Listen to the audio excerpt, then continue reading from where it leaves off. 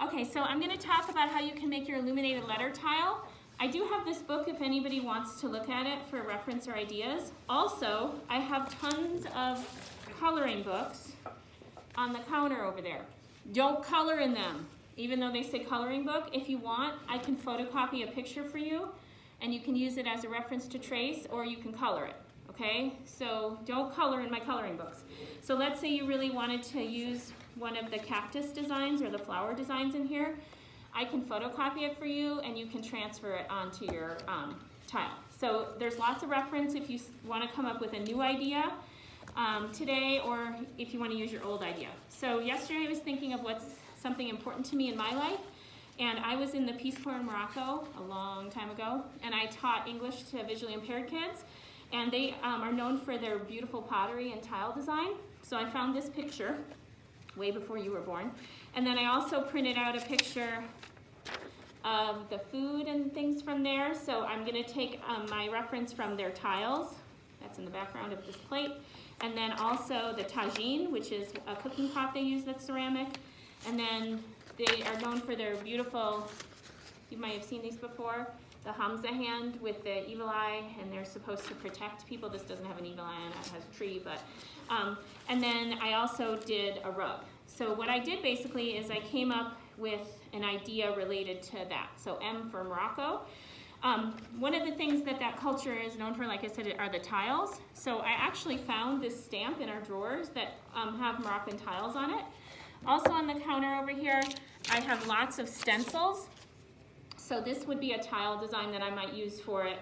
Then feel free to look through the drawers and find the roller stamps or other stamps that would help you with your tile. So the first thing is you need to get a leather hard tile. So I cut them for you and got them to the leather hard stage. Okay, so these are on the counter over there in the plastic, or if the plastic bags are, there aren't enough of them, you can take them out between the wood boards and then come get your own medium-sized plastic bag and write your name and class shape on that. So what you'll need to do first is take and smooth all the edges really well. I'm not going to take the time to do that, but you'll want to smooth the edges really well and then write your name and class shape on the back right away. If you're not going to use this right away, you need to keep it either wrapped in plastic or in there so it doesn't dry too much, because if it dries too much, you can't add clay to it. So you do need a frame. The frame could come off the edge of it.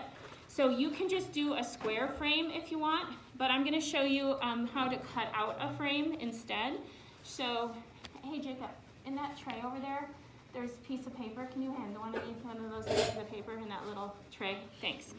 That one right there with the green. Yeah, one of those. Thank you.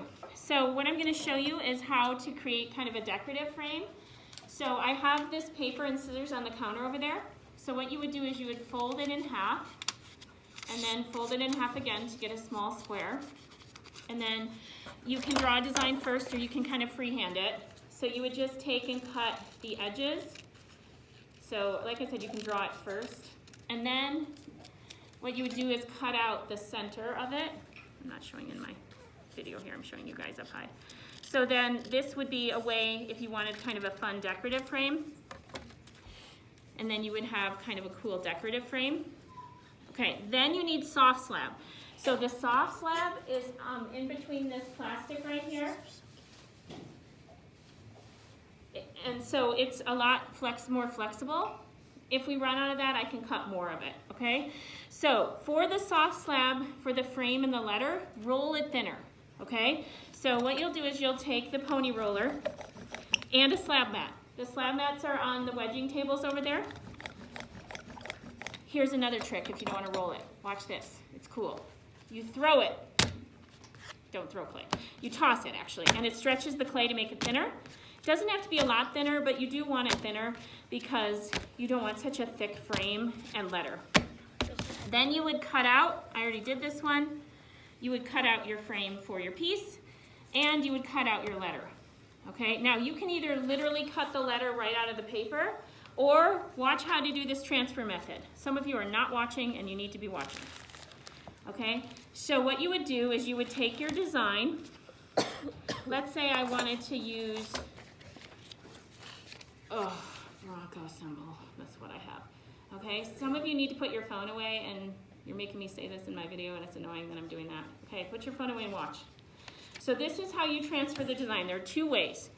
So if you have a printed design, you can also email me a picture or ask me to find one on the computer and I can print one for you. So actually I think I will use, instead of the Bronco symbol, I will use this symbol because it's Moroccan. So there are 2 ways. One way is you just trace gently. It's better to use a dull tool like a leaded pencil. The other way is the dot method that I showed you at the beginning of the year, like you do in a pumpkin. So you do dot, dot, dot. And this is how you can trace your design onto your tile, like that. So you can do it with that, or you can do it with your letter.